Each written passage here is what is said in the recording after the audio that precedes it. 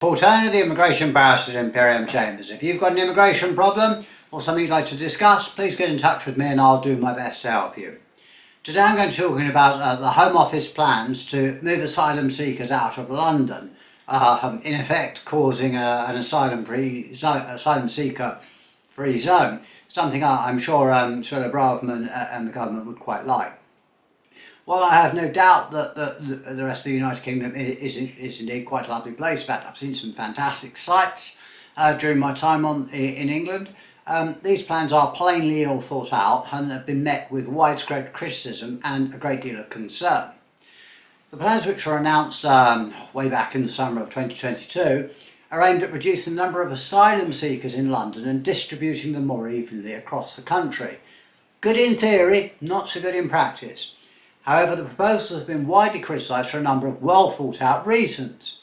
First and foremost, the plans have been criticised for being poorly thought out and lacking in detail. Well, that should come as no surprise for anyone that has heard any of the announcements from the Home Office or seen any action from the Home Office in the last 10 years or so.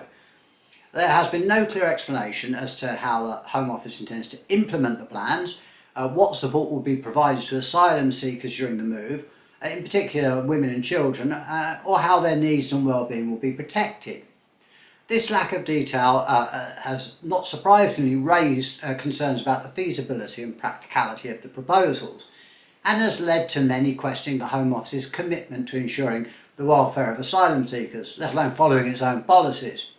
Second, the plans have been criticised for being insensitive to the needs and circumstances of many asylum seekers.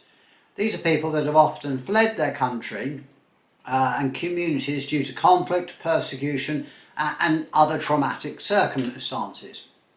The thought of being moved, if one say settled in the United Kingdom, waiting as you are for your 2 or 3 year asylum claim to be determined, far from the support network that's been built up, is, it seems to me, blindly obvious, likely to be extremely distressing and could have a serious impact on individuals' mental health and well-being. Thirdly, the plans have been criticised for being unfair and discriminatory. This will come to no surprise to anyone who's experienced the hopeless and what could be argued are crypto-racist policies of this particular government. The majority of asylum seekers in London are, not surprisingly, from ethnic minority communities, and the plans have been seen as a way of removing these communities or diminishing them from the capital. This has led to concerns as to the racial motivations, or whether there are racial motivations behind the proposals, and has raised questions about the Home Office's commitment to equality and diversity, words one doesn't normally associate with the Home Office. Fourthly, the plans have been criticised for being unrealistic, given that there is a serious shortage of affordable housing and support services in many parts of the United Kingdom, and it is unlikely that the Home Office will be able to provide adequate support to asylum seekers in these areas, unless they're thinking of going back to the old camp idea. This could result in asylum seekers being left without adequate housing, support or access to essential services, which again is likely to have consequences for their health and well-being. What is also troubling is that the Home Office, by moving people to remote parts of the United Kingdom, will arguably deny them access to the legal help that many asylum seekers need, by removing them from London to areas where there are few or little or no solicitors with legal aid franchises or immigration experience. The potential consequences are obvious. Those most in need of legal help will not get it, with predictable and lamentable consequences. Finally, the plans have been criticised for being poorly timed and unjustified. This is given what everybody will read on the news, that the UK is facing a serious shortage of affordable housing and a growing crisis in its immigration system, and it is widely acknowledged that the government needs to address these plans, coupled with, of course, a serious shortage in the labour market, which might be eased by making it easier for asylum seekers to work, as it is in other countries. However, the plans to move asylum seekers from London to other parts of the UK have been widely seen as just another band-aid solution that does nothing to address the underlying issues and may make the situation worse.